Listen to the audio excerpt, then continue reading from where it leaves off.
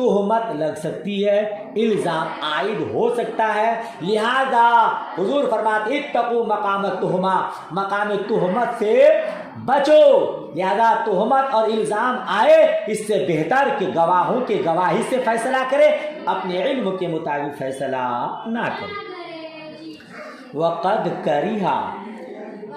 کریہ النبی صلی اللہ تعالی وسلم الظن فقال انما هذه الصفیۃ، اے ہے، اور نبی کریم صلی اللہ تعالی وسلم نے بدگمانی کو ناپسند فرمایا اور فرمایا یہ صفیہ ہے، اور فرمایا یہ صفیہ ہے۔ کیا مطلب؟ اس کو سمجھنے کے لیے ایک واقعہ سمجھنا ہوگا، اور وہ واقعہ اگلی حدیث میں موجود ہے۔ مصطفیٰ کریم فرماتے ہیں اتقوا مقام التہمہ، مقام تہمت سے بچو۔ رب کا فرمان ہے جس کا مفہوم ہے زیادہ گمان کرنے سے بچو، بدگمانی نہیں، ہر کسی کے حق میں حسن ظن رکھا کرو، جی اچھا گمان رکھو۔ ظن المؤمنین خیرہ، مومنین کا گمان بھی بہتر ہونا چاہیے۔ ہاں، اب یقینی طور پر معلوم ہو یہ بد مذہب ہے، یہ لٹیرا ہے، تب بھی آپ گمان رکھیں گے۔ جہاں یقین آ گیا وہاں گمان کی گنجائش نہیں ہے، اب وہاں اچھا گمان نہیں رکھے گا اس کے بارے میں۔ اچھا، مصطفیٰ کریم نے فرمایا یہ صفیہ ہے۔ اس کو سمجھنے کے لیے آگے والی حدیث پڑھیے، دیکھیے ان علی بن حسین ان نبی صلی اللہ تعالی علیہ وسلم اتته صفیۃ بنت حی، حضرت علی بن حسین بین سطور لکھا ہوا تابعی، پھر نیچے لکھا الملقب بزین العابدین۔ یہ علی بن حسین کون ہے؟ حضرت مولا علی کے درمیان کا بچہ۔ آپ کو معلوم ہے آپ کا تین لڑکے تھے، ایک کا نام علی اکبر، ایک کا نام علی اصغر، یہ تو آپ جانتے ہیں، اور ایک کا نام علی اوسط، اور اسی کو کہتے ہیں زین العابدین۔ ماشاءاللہ، نام اچھا ہو تو یہ نہیں دیکھنا چاہیے کہ ہمارے محلہ میں، ہمارے گلی میں، ہمارے خاندان میں، ہمارے رشتے میں تو نام ہے۔ مولا علی نے اپنے تینوں بیٹوں کا نام علی رکھا، امتیاز کے لیے۔ ایک کو علی اکبر بڑا والا علی، ایک کو علی اوسط درمیان والا علی، اور ایک کا نام علی اصغر۔ ہمارا کیا حال ہے؟ نیا نام ہونا چاہیے، ہے نا؟ یہ نا ہے جی۔ اب پھر نام تو ایسا تو مت پوچھیے، بدھ کے دن پیدا ہوا تھا بدھوا، جمعرات کو پیدا ہوا تو سبراتی، ایسا نہیں ہے نام۔ منگل کو پیدا ہوا تو منگلو، ایسا نام ہے۔ صحابہ کرام کے نام سے نام رکھا کیجیے، اچھا نام رکھا کیجیے، بھلے خاندان میں کسی اور کا بھی ہو جی۔ سب سے اچھا نام محمد اور احمد، ماشاءاللہ۔ مصطفیٰ کریم فرماتے ہیں جس دسترخوان میں محمد احمد کے نام ہو اس میں بے پناہ برکتیں نازل ہوتی ہیں۔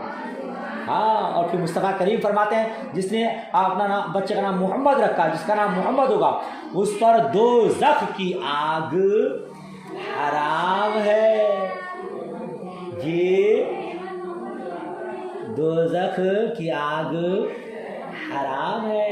حضرت علی بن حسین رضی اللہ تعالیٰ عنہ سے روایت کہ حضرت صفیہ بنت حی ایک دفعہ نبی کریم صلی اللہ تعالی وسلم کے پاس آئی، حضور کی بارگاہ میں آئی۔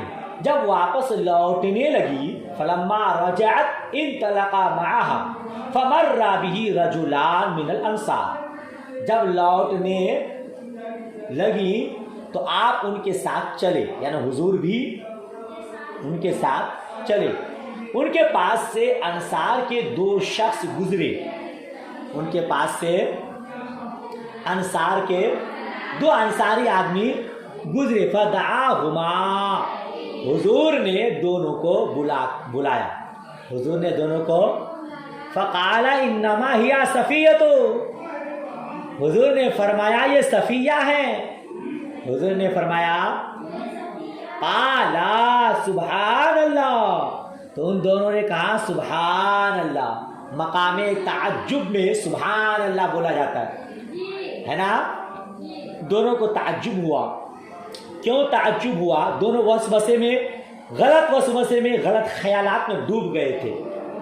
کہا سبحان اللہ. قال ان الشیطان یجری من ابن آدم مجری الدم. مصطفیٰ کریم نے فرمایا بے شک شیطان انسان کے جسم میں خون کی طرح دوڑتا ہے. بے شک شیطان انسان کے جسم میں خون کی طرح دوڑتا ہے.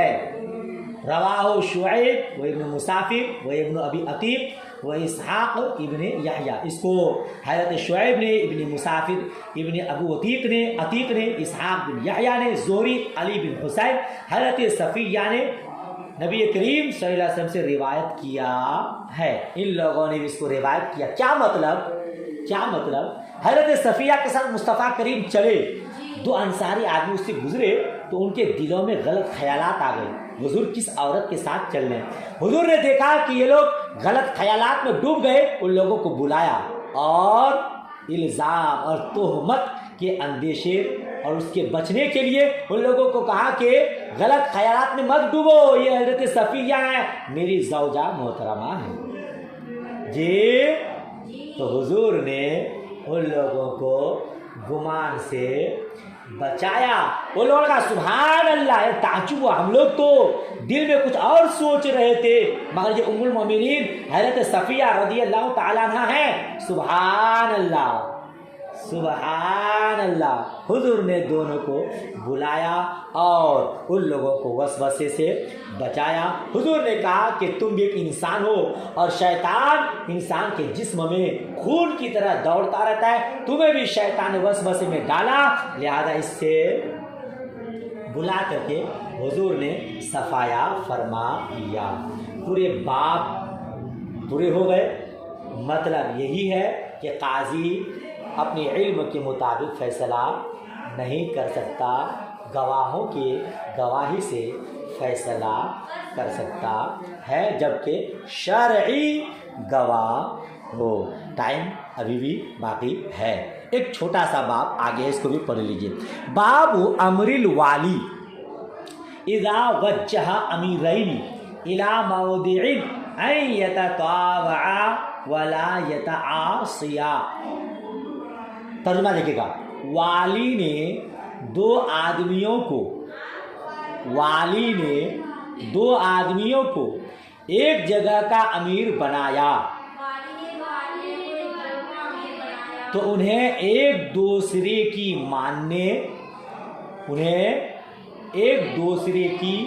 ماننے اور جھگڑا نہ کرنے کا حکم دینا. اے بھائی تم دونوں ایک جگہ کا امیر بنے ہو، دونوں رائے مشورہ کر کے کوئی فیصلہ کرنا، دونوں ایک دوسرے کی بات ماننا، جس کا مشورہ اچھا لگے، جو حدیث قرآن کی روشنی میں فیصلہ کرے اس کا فیصلہ ماننا اور آپس میں جھگڑا نہ کرنا. جب والی دو آدمی کو کہیں بھیجے، امیر بنائے، تو دونوں کو سمجھا بجھا کر کے بھیجے. اسی بارے میں یہ باب ہے. حالانکہ اس طرح کی حدیث آپ پڑھ چکے ہیں. دیکھیے ان سعید ابن ابو بردہ، حضرت ابو بردہ رضی اللہ تعالی عنہ سے روایت ہے. ترجمہ آ رہی نا. قال سمعت ابی قال بعث النبی صلی اللہ تعالی وسلم ابی و معاذ بن جبل الى الیمن.